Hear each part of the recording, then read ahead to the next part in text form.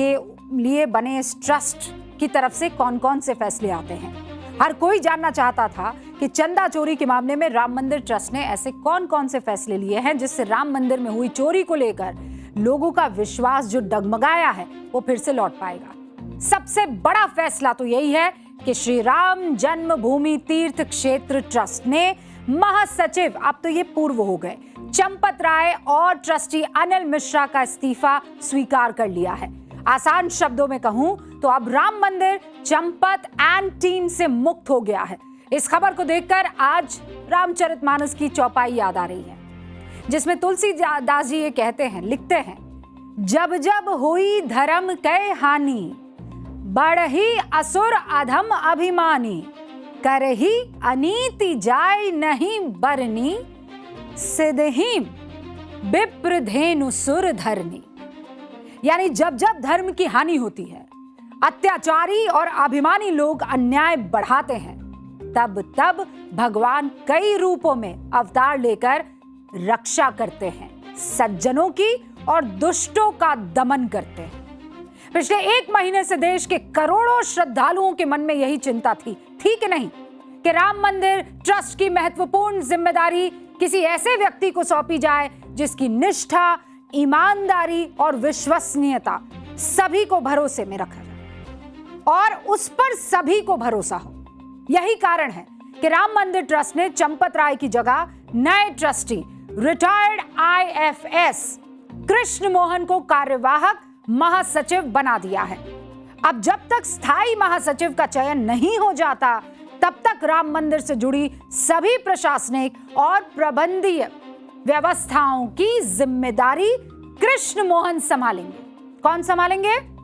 कृष्ण मोहन। आस्था का सबसे बड़ा आधार क्या होता है? विश्वास, आस्था।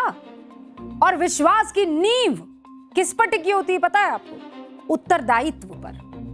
यानी आपकी जिम्मेदारी क्या, आपके कंधों पर कौन सी वो रिस्पॉन्सिबिलिटी है, और अगर उस रिस्पॉन्सिबिलिटी में आप जरा भी इधर उधर करते हैं तो क्या डगमगा जाता है? विश्वास, नींव हिल जाती है उसकी। इसीलिए जिस व्यक्ति को यह दायित्व सौंपा जाता है, उससे यह उम्मीद होती है कि वो इस विश्वास की गरिमा को पूरी निष्ठा और पारदर्शिता, जवाबदेही के साथ निभाएगा। अगली व्यवस्थाओं के लिए हम लोग कटिबद्ध हैं और इन व्यवस्थाओं का दायित्व महामंत्री, अंतरिम महामंत्री के रूप में मेरे साथ विराजमान श्रीमान कृष्ण मोहन जी को सौंपा गया है। वे अपने साथ कुछ साथियों को स्वयं चुन करके और उनके साथ मिलकर के इस काम का निष्पादन करेंगे और उनका ज्ञान और उनकी पार्श्वभूमि, उनका स्वच्छ दृष्टिकोण, इसको देखते हुए हमारा विश्वास है कि वे इन सारे कामों को अत्यंत कुशलता के साथ संपादित करके रहेंगे। अब राम मंदिर के कोषाध्यक्ष गोविंद देव गिरी जी को आप सुन रहे थे, जो मीडिया के सामने आते हैं। ट्रस्ट की जिम्मेदारी कौन संभालेगा उसका ऐलान कर देते हैं। लेकिन आप ये जानना चाहेंगे कि कृष्ण मोहन जी हैं कौन, है ना? मतलब इनको इतनी बड़ी जिम्मेदारी कैसे दे दी गई, और वो भी तब जब माहौल इतना संवेदनशील चल रहा है, ट्रस्ट में लोगों का ट्रस्ट नहीं है। तो भाई ऐसे किसी शख्स को लाना होगा जो उसे वापस बहाल कर सके, है ना?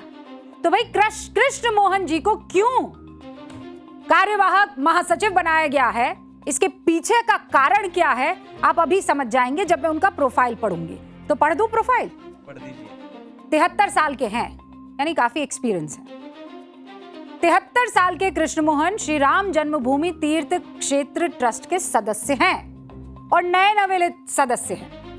हुआ क्या कि 2025 में ट्रस्ट के सदस्य के तौर पर इनको चुना गया था, पिछले साल ही सितंबर का महीना था। इससे पहले वो IFS यानी इंडियन फॉरेस्ट सर्विस के महाराष्ट्र कैडर के अधिकारी रहे हैं, यानी इनको प्रशासनिक सेवा का अनुभव है। यानी इनको वो जो प्रोफेशनलिज्म होता है ना, कि भाई लेखा जोखा ध्यान में रखना है, एडमिनिस्ट्रेशन में एकदम मजबूत रहना है, हर चीज का एकदम मिनट टू मिनट ख्याल रखना है, वो प्रोफेशनलिज्म की दरकार इनसे की जाती है क्योंकि आईएफएस रहे हैं। 2012 में नौकरी से रिटायरमेंट हुआ, उसके बाद ये यूपी चले गए। यूपी इनका पैतृक शहर है, राज्य है, और वहां पर हरदोई में ये पैदा हुए थे, तो वहां जाकर रहने लगे। आरएसएस से उसी वक्त इनका जुड़ाव हुआ 2012 में। कृष्ण मोहन के प्रोफाइल में सबसे खास बात यही है कि संघ से जुड़े कार्यों के अलावा इनको प्रशासनिक सेवा का एक लंबा अनुभव है, जिसका इस्तेमाल वो राम मंदिर ट्रस्ट से जुड़े काम में कर सकते हैं। पिछले कई सालों से राम मंदिर ट्रस्ट में प्रशासनिक अनुभव की कमी महसूस हुई है। हालांकि ट्रस्ट में अयोध्या के डीएम मौजूद हैं, लेकिन उनके पास उतनी पावर नहीं थी जितनी चंपत राय जी के पास थी, या फिर अनिल मिश्रा जी के पास थी, या फिर गोपाल राव के पास मौजूद थी। पूरी तरह से ट्रस्ट के कामकाज जो डीएम है वो नहीं देखते थे। प्रशासनिक तरीके से काम करने से ट्रस्ट की जो मौजूदा व्यवस्था है ना, वो ट्रांसपेरेंट होने की उम्मीद जगी है कि अब जो कुछ भी होगा उसका लेखा जोखा, साथ में क्या आया क्या गया, किसको कौन सी जिम्मेदारी देनी है, क्योंकि खुद अपनी टीम लेकर आएंगे, इसका भी आज ऐलान किया गया। सुनिए। जब तक नए महामंत्री की नियुक्ति नहीं होती है, उस समय तक मुझे महामंत्री का दायित्व का निर्वहन करने की जवाबदारी मिली है। इस जवाबदारी के निर्वहन करते समय मेरी कुछ प्राथमिकताएं होंगी। पहली, इसमें जो भी दोषी हैं, इस प्रकरण में जो भी दोषी पाए जाएंगे, हमारा आग्रह रहेगा उन सभी को न्यायोचित ढंग से जो भी उनको सजा मिलनी है मिले, इसके लिए हम बहुत आग्रही रहेंगे।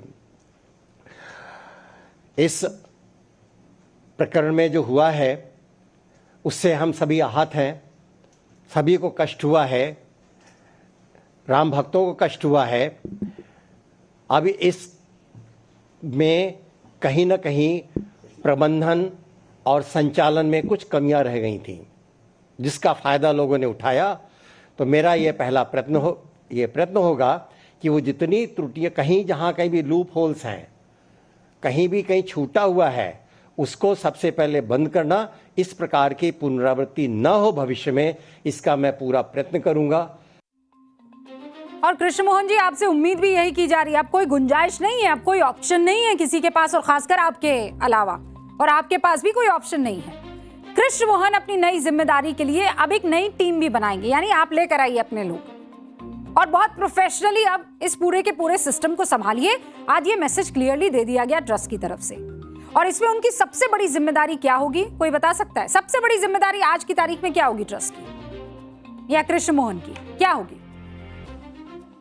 विश्वास, यही शब्द है आज का। खोया हुआ विश्वास, खोए हुए भरोसे को वापस लाना। इसके लिए सबसे पहले दान के एक एक रुपए का हिसाब रखना होगा। एक कहावत है कि का वर्षा जब कृषि सुखाने, यानी फसल जब सूख जाए तो उसके बाद सिंचाई किस काम की?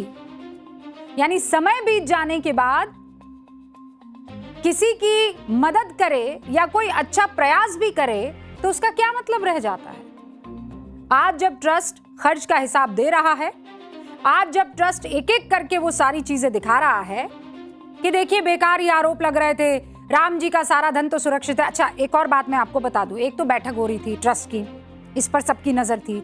आप लोगों की नजर इस बात पर थी कि नहीं थी कि कोई कह रहा है ईंट गायब हो गई, कोई कह रहा है हार गायब हो गया, कोई कह रहा है कि सोने की रामचरितमानस थी वो गायब हो गए हैं, किसी ने कुछ आरोप लगाया, किसी ने कुछ कहा। आज ट्रस्ट की तरफ से एक वॉक थ्रू हुआ। वॉक थ्रू मतलब समझते हैं, मतलब आप सारी चीजें दिखाते हुए आगे की तरफ बढ़ते हैं। आज वॉक थ्रू हुआ ट्रस्ट की तरफ से। जो काम ट्रस्ट को बहुत पहले कर देना चाहिए था, देर से किया। सारी चीजें सुरक्षित है, आज बताई ट्रस्ट ने। कौन कौन सी चीजें सुरक्षित है आप जानना चाहेंगे? कुछ कुछ तो तस्वीरें हम दिखा ही रहे हैं, लेकिन आइए जरा मैं आपको नोटपैड के जरिए समझाती हूं और दिखाती हूं कि कौन कौन सी चीजें सुरक्षित है। आरोप क्या लगा था? क्या लगा था पहला आरोप? कि 5 करोड़ रुपए का सोना जो है वो सोने जड़ित रामचरितमानस गायब है। ये आरोप लगा था। गया था। हाँ, कि रामचरितमानस वो भी सोने वाली वो क्या हो गई है, चोरी होगी, गायब होगी, मतलब चुरा ली गई है। सच क्या है जानना चाहेंगे? सच ये है, ये रही वो रामचरितमानस। दिख रही है? यस मैम, सोने के पेज दिख रहे हैं आपको? दिख रहे हैं। ठीक है, अब नेक्स्ट बताइए भैया। काग भुशंडी जो है वो मूर्ति चोरी हो गई है। हाँ, अनीता भारद्वाज नाम की एक महिला थी, ये सॉरी भाई, देखिए आरोप क्या था कि काग भुशंडी की एक मूर्ति दी गई थी, वो मूर्ति क्या हो गई है, चोरी हो गई है। अब देखिए यहाँ कहीं काग भुशंडी आपको दिखाई दे रहे हैं? दिखाई दे रही है। कहाँ है? ये रामायण जी के पास एकदम, ये रहे काग भुशंडी, दिखाई दिए? दिखाई दिए है ना? यानी काग भुशंडी जो एक, मैं इसको इस कलर में दिख रहा है, हाँ दिख रहा है। ये काग भुशंडी। फिर उसके बाद क्या आरोप लगा? आरोप लगा कि करोड़ों रुपए के हार और चरण पादुका ये गायब हो गए हैं। करोड़ों रुपए के हार और चरण पादुका, चलिए खोजो तो जाने, कहां दिख रहे हैं आपको? दिख रहे हैं? काग भुशंडी के नीचे